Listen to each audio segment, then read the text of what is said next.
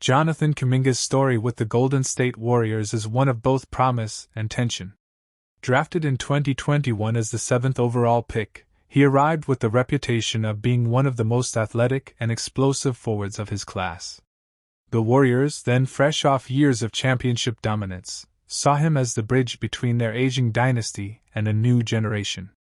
But 4 seasons later, instead of blossoming into the face of the franchise, Kuminga now finds himself described by insiders as absolutely miserable in Golden State. His frustrations with limited playing time, inconsistent trust from the coaching staff, and stalled contract negotiations have brought the relationship to a breaking point. This script explores, in detail, the issues tearing both sides apart, and why separation now feels inevitable. When Kuminga first joined the Warriors, expectations were high. His athleticism, defensive potential, and flashes of scoring made him a tantalizing prospect. Yet, playing on a team led by Stephen Curry, Klay Thompson, and Draymond Green meant minutes were scarce. Head coach Steve Kerr prioritized veterans who understood his complex motion offense and defensive schemes. Kuminga's minutes often fluctuated wildly. He could play 30 minutes one night and sit on the bench the next. For a young player trying to build confidence, this inconsistency became a major source of frustration. Still, he accepted his role early on, believing patience would pay off. But as the seasons rolled by, the patience began to wear thin. Despite these struggles, Kuminga delivered undeniable moments of brilliance. During the 2024-25 regular season, he averaged 15.3 points, 4.6 rebounds, and 2.2 assists in about 47 games, even after missing 2 months with an ankle injury. In the playoffs, when Stephen Curry was sidelined with injury, Kuminga stepped up in a big way. Against the Minnesota Timberwolves, he averaged nearly 21 points per game over a crucial 5-game stretch. These performances showcased his ability to shine under pressure and fueled his belief that he deserved a larger role. To him, those flashes weren't anomalies. They were proof he was ready to be a cornerstone player. To the Warriors' coaching staff, however, they were still glimpses rather than consistent production. As reports surfaced in summer 2025, the word miserable quickly spread across headlines. Sources close to the player revealed Kuminga felt trapped in Golden State's system. He wanted to play freely, to be trusted as a star, but instead felt like an afterthought behind veterans. For a competitor with ambitions of becoming a multiple-time All-Star, riding the bench in key playoff games was more than frustrating, it was humiliating. The label of being absolutely miserable captured not only his emotions but also the growing sense that this relationship was nearing collapse. The tension boiled over into contract talks. Entering restricted free agency, Kuminga became the focus of Golden State's off-season. The Warriors, wary of luxury tax penalties, offered deals they considered fair. One proposal was a 3-year, $75.2 million contract with a team option on the final year. Another earlier offer had been 2 years for $45 million. On paper, these looked like lucrative deals. But for Kuminga, the fine print mattered more than the numbers. He wanted a player option, granting him the power to decide his future.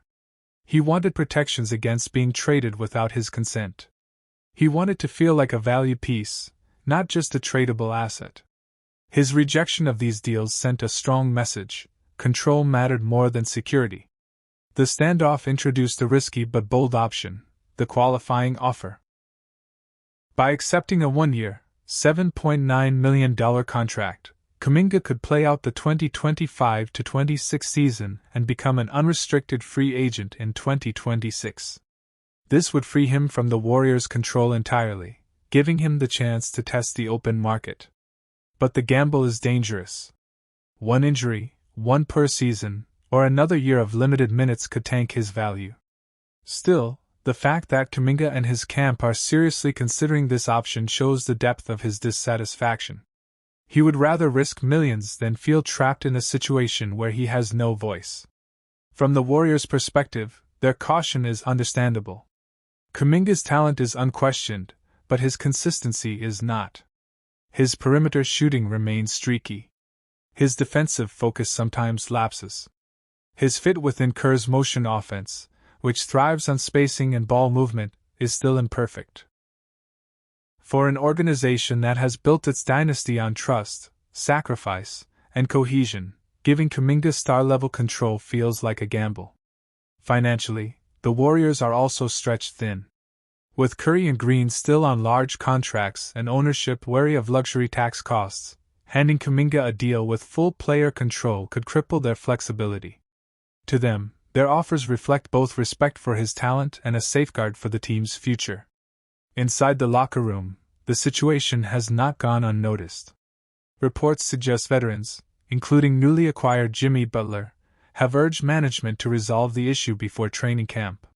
Chemistry has always been a hallmark of the Warriors' success, and dragging contract drama into the season risks disrupting that.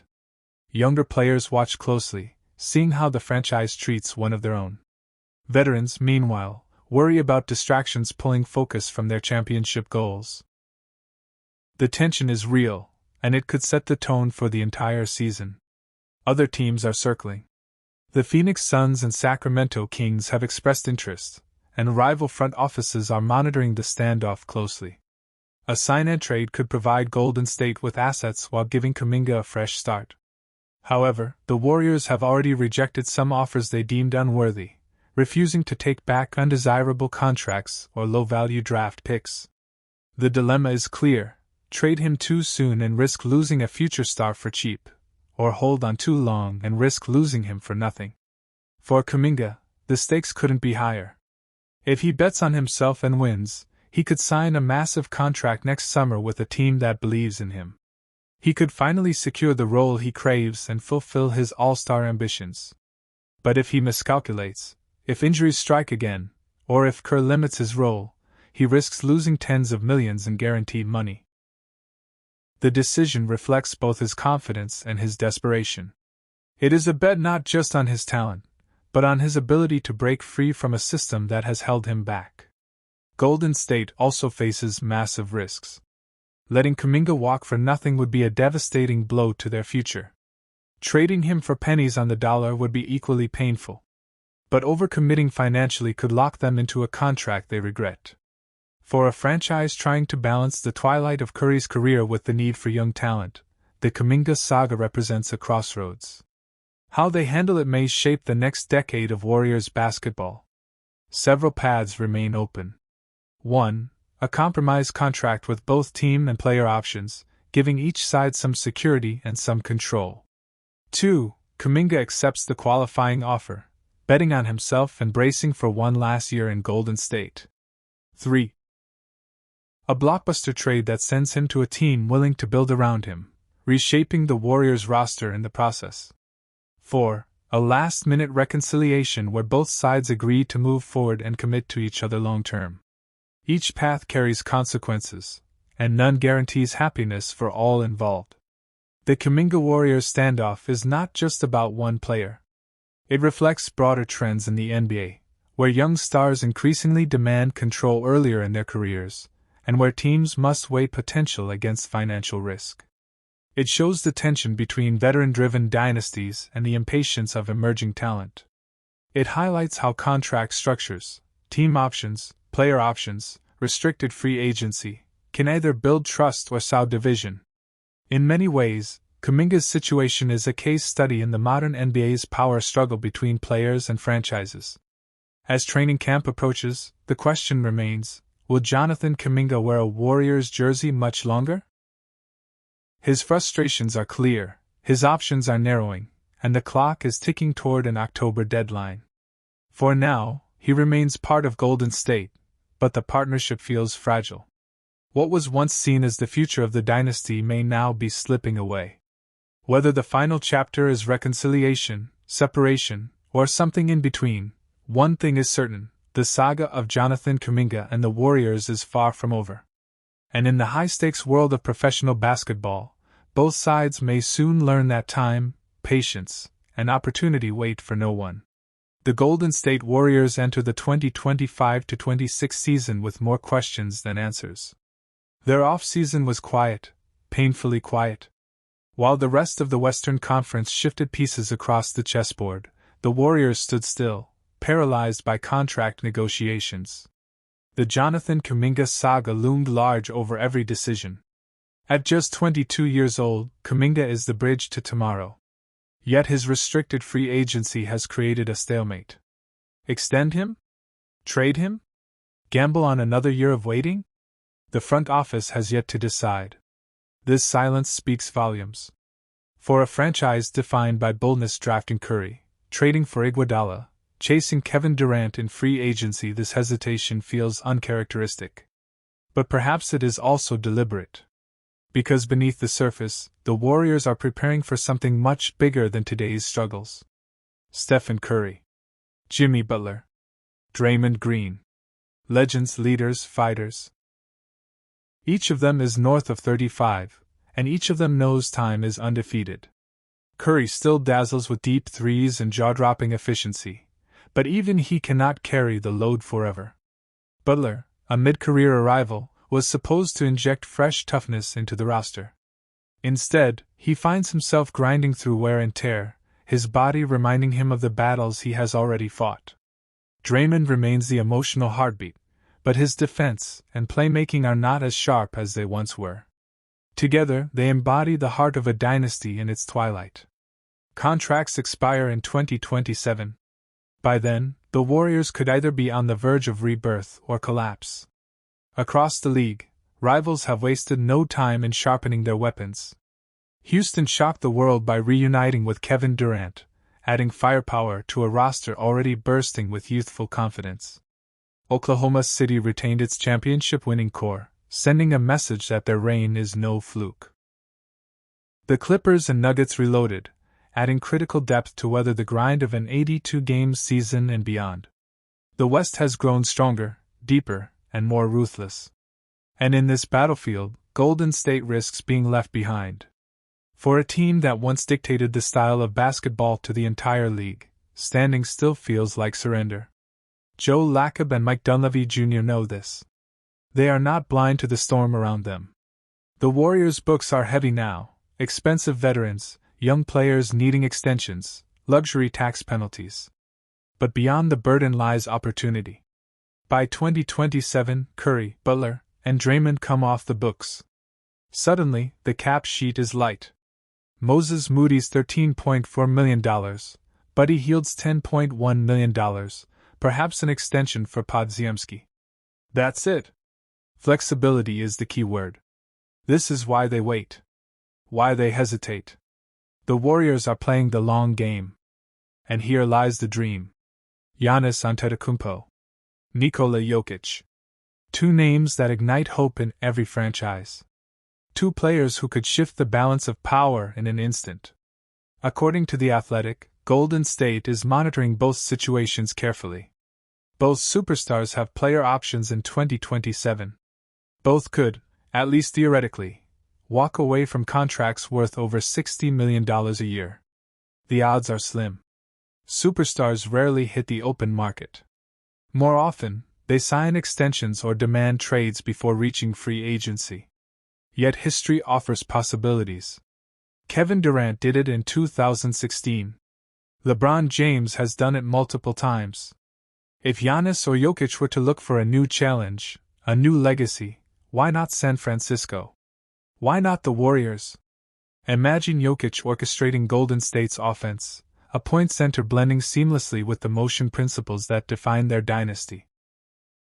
Imagine Giannis in the Bay, a defensive anchor and unstoppable force in transition, paired with whatever remains of Curry's brilliance. The thought alone is enough to keep fans awake at night dreaming. But dreams carry risk. What if either player leaves?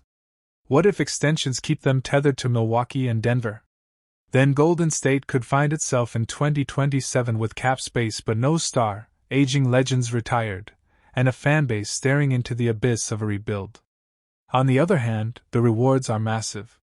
Landing one of those names would extend the dynasty another decade. It would transform San Francisco into the epicenter of basketball once again. It would prove that the Warriors are not just a dynasty of the past, but also a dynasty of the future. So here they stand. Stuck in the present. Dreaming of the future. Waiting for the right move. The Warriors' story is not finished. It is suspended between eras. The echoes of Curry's three-point barrages still fresh, the promise of another superstar perhaps on the horizon. Will Giannis or Jokic wear blue and gold? Will Kuminga become the face of a new generation? Or will Golden State fade quietly, a dynasty remembered but never reborn? Only time will tell. But one thing is certain. The Warriors will never stop hunting for greatness. Their identity is not just about winning championships. It is about chasing the impossible. And in 2027, the impossible might just walk through their door. Golden State's front office has been operating with urgency this offseason. With Steph Curry, Draymond Green, and Jimmy Butler all aging but still competitive, there's a strong push to maximize the next couple of years. At the center of many rumors is the question, can they upgrade around the current core enough to contend again, or will they risk rerouting parts of their young core, especially Jonathan Kuminga, in ambitious trades? Giannis Antetokounmpo, the big dream move. One of the biggest names thrown into Warriors trade talk is Giannis Antetokounmpo. The idea of pairing him with Curry and Butler is tantalizing for many fans and analysts. Reports suggest the Warriors have long coveted Giannis, viewing him as the ultimate complement to an aging Curry, elite two-way size, dominant defensive presence, mismatch nightmare in the paint. However, insiders caution this is extremely unlikely in the near term. The Bucks reportedly are not entertaining offers, have made no indication Giannis has requested a trade saying to the Warriors or to any team. For Golden State to pull it off, they would need to include prime assets, Kuminga, draft picks, perhaps others, plus take on salary or undesirable contracts. And given their own payroll constraints, they may not have enough trade capital without seriously hurting depth. In short, Giannis remains a dream scenario more than a realistic one, unless something dramatic changes in the Bucks' internal situation or Giannis himself demands it. Josh Giddey and Al Horford, veteran targets plus roster balance. Another rumor track involves Josh Giddey and Al Horford. The Warriors are reportedly eyeing veteran frontcourt help to compensate for the wear and tear on Green, Butler, etc., and to bolster defensive rebounding, interior versatility, and locker room leadership. Al Horford, still a serviceable veteran big, is often mentioned. As for Giddey, his recent contract situation with the Bulls has thrown off balance across the league. His 4-year, $100 million deal in Chicago now serves as a benchmark for restricted free agents, including Kuminga. The Warriors may view Giddey as an ideal backcourt partner with Curry, someone who can handle creation duties, let Curry play off ball more, relieve some burden. But getting him may require creative structuring or sign-and-trade work. Jonathan Kuminga, key piece or trade asset? At the heart of many of these scenarios is Jonathan Kuminga. Kuminga is a restricted free agent this offseason. The Warriors have reportedly offered a 2-year, $45 million contract with a team option for the second year. Kuminga's camp, however, desires a more lucrative and longer-term deal, one that gives him a bigger role, more touches, more offense. This holdout or negotiation impasse has ripple effects. It delays the Warriors in filling out their roster with veterans like Al Horford.